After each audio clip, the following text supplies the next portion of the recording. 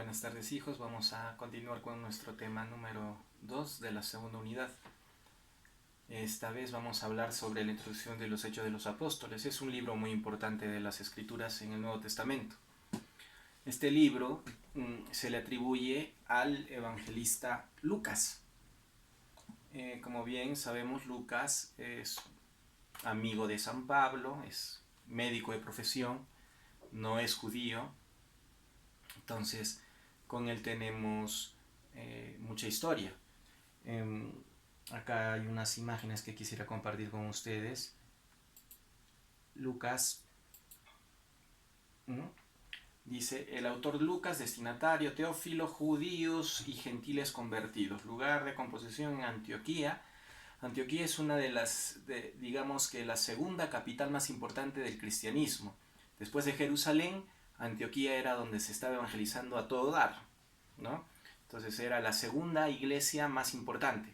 Digamos que la capital era Jerusalén y luego estaba Antioquía, hablando del cristianismo, no estamos hablando del judaísmo, ¿no? Entonces se calcula que está hecho, o se ha escrito los Hechos de los Apóstoles en el año 63 al 69, otros estudios abarcan quizás hasta los años 80 después de Cristo.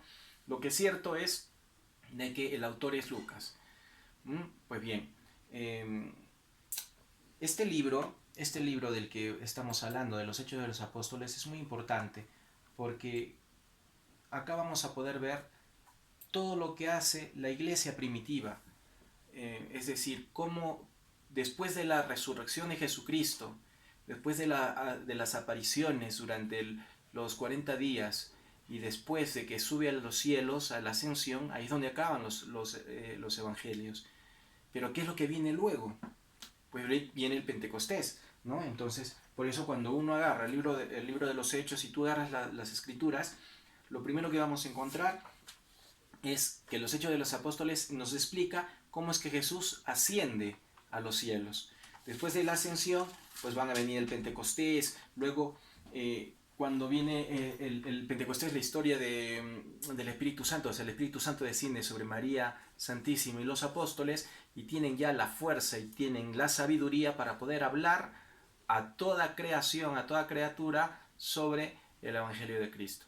Pues así es como sucede. En los Hechos de los Apóstoles vamos a encontrar todo lo que hacen los apóstoles, a dónde se dirigen, cómo es que siguen evangelizando. Por ejemplo, Felipe estaba camino a Samaria.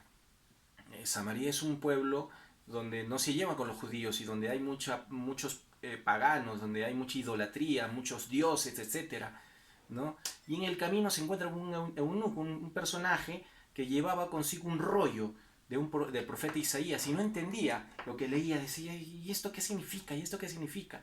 Y entonces Felipe pues le dice, de camino, se encuentra con él y le explica las escrituras claramente. Y él las logra entender. ¿Por qué? Porque Felipe hablaba ya con el Espíritu Santo. Y le dice: pues ¿quieres saber más de Jesús? Pues de lo que se está hablando yo te hablo. Yo te digo de que este hombre ya vino a la tierra, y se refería a Jesús. Y entonces, ¿y qué tengo que hacer para convertirme? Pues bautízate. Y en ese lugar, ahí en pleno camino, pues había un lago y ahí se bautizó el eunuco. Y así como eso, muchos detalles más de Pedro, curaciones de endemoniados, comienzan a haber muchos milagros de los apóstoles. Entonces comienza a aparecer la aparición de Pablo. Saulo de Tarso, Saulo, que vendría a ser uno de los primeros perseguidores de los cristianos, o sea, que buscaba a cristianos a sus casas, los metía a la cárcel y seguía buscando más formas de poder destruir el cristianismo, porque para él eso era una secta. Y él alababa a Dios, persiguiendo cristianos. Él fue el que estuvo de acuerdo en el asesinato de Esteban, el primer mártir, un diácono de la iglesia, uno de los primeros 7 diáconos de la iglesia. Esteban era un jovencillo que se puso a hablar y a predicar con fuerza en las plazas y lo mataron a pedradas. Pues fíjate que Saulo, más adelante, gracias a la muerte de este muchacho y su sangre derramada que intercede a Jesucristo, Saulo se convierte luego en Pablo, que lo conoceremos luego como San Pablo, que será uno de los principales apóstoles en predicar y anunciar el Evangelio por distintas partes del mundo antiguo.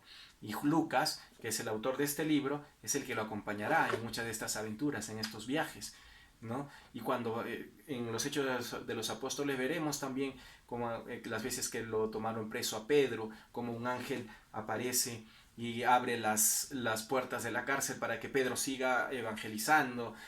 Es decir, todo, todo lo que las primeras comunidades empezaron a vivir, la Eucaristía, los sacramentos de Cristo, la vida en comunidad, el amor entre los hermanos y las persecuciones, todo esto lo veremos en los Hechos de los Apóstoles, hasta la muerte de Pablo, ¿no?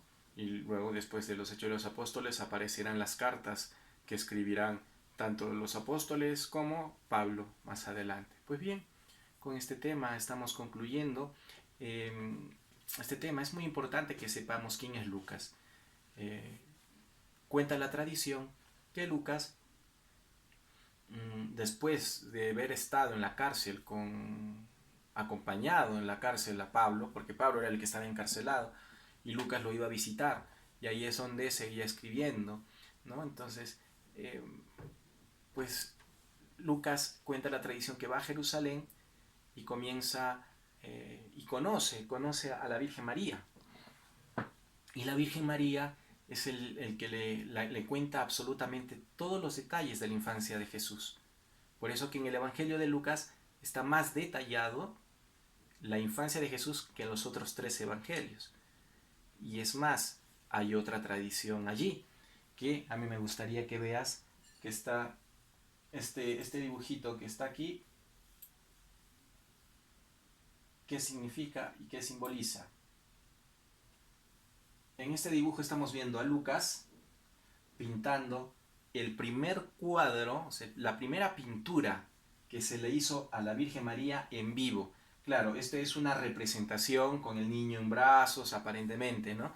Pero cuenta la tradición de que Lucas agarró un retablo, o sea, de una mesa hecha por el mismo Jesús era carpintero, decidió pintar a la Virgen María. ¿Y ese cuadro existe? Sí, claro que sí.